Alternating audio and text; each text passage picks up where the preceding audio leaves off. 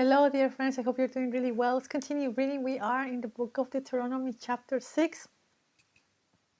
Moses is still speaking to Israel, and this chapter is very important.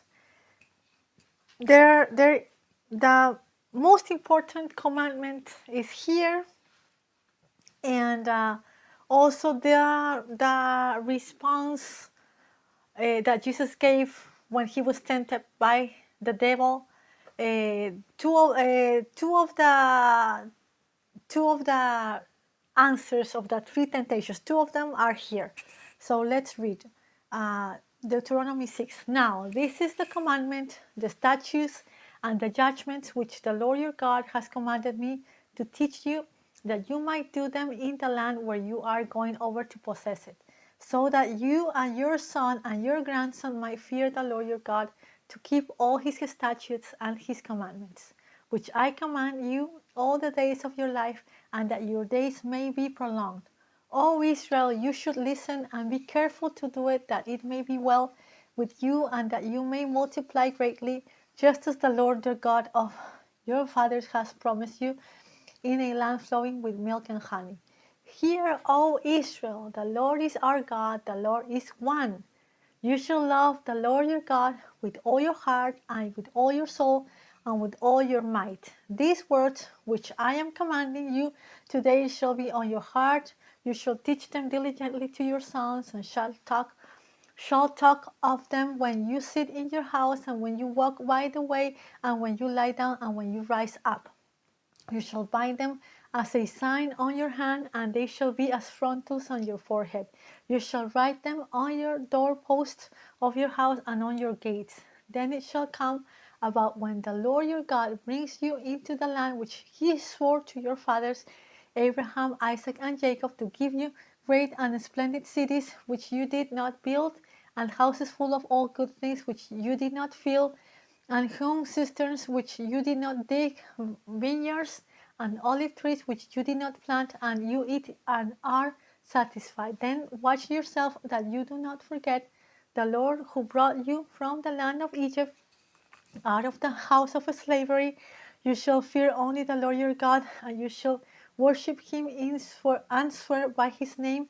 You shall not follow other gods, any of the gods of the peoples who surround you. For the Lord your God in the midst of you is a jealous God. Otherwise the anger of the Lord your God will be kindling against you, and he will wipe you off the face of the earth. You shall not put the Lord your God to the test, as you tested him at Massah. You should diligently keep the commandments of the Lord your God, and his testimonies and his statutes which he has commanded you. You shall do what is right and good in the sight of the Lord, and it may be well with you, and that you may go in and possess the good land which the Lord swore to give your fathers, by driving out all your enemies from before you, as the Lord has spoken. When your son asks you in time to come, saying, what do the testimonies and the statutes and the judgments mean which the Lord our God commanded you? Then you shall say to your son, we were slaves to Pharaoh in Egypt, and the Lord brought us from Egypt with a mighty hand. Moreover, the Lord showed great and distressing signs and wonders before our eyes against Egypt, Pharaoh and all his household. He brought us out from there in order to bring us in, to give us the land which he had sworn to our fathers. So the Lord commanded us to observe all these statutes, to fear the Lord our God for good always and for our survival as it is today. It will be righteousness for us if we are careful to observe all these commandments before the Lord our God, just as he commanded us. So there are four things that are very important about this chapter. Number one is Deuteronomy 6, 4, and 5, when Moses tells the most important commandment that it's also in the New Testament told by Jesus in Mark, Luke, and Matthew. I don't know if it's in John, I'm not sure. But I know it's in Mark 12:29, and the most important commandment is hear Israel,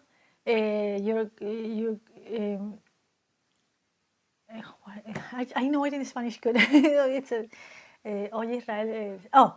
Hear Israel, the Lord your God, your Lord, the Lord your God is one, and you should love your God with all your might, all your strength, all your heart, all your soul. I don't know the order, but that's the main commandment. It's Deuteronomy 6:4-5, and it's called Shema Israel. And also in Deuteronomy, it's the answer on this chapter. Chapter 6 is the answer that Jesus gave to his third temptation, and that's Deuteronomy 6:13.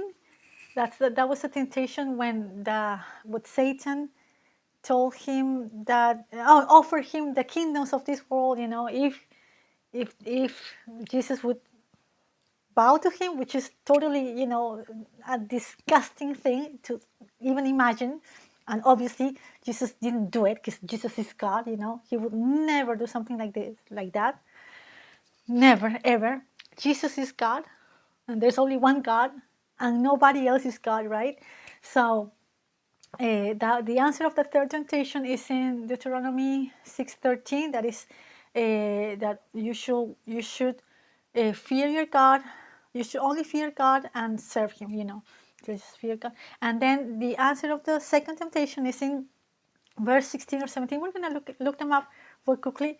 The second temptation was when the enemy asked Jesus, told him to like pretty much throw himself because the angel who would pick him up, and the enemy even quoted Psalm 91, but it was, see, that's the thing. We have to be really careful because even false people, even people that hate God can quote the Bible and totally take the word of God out of context.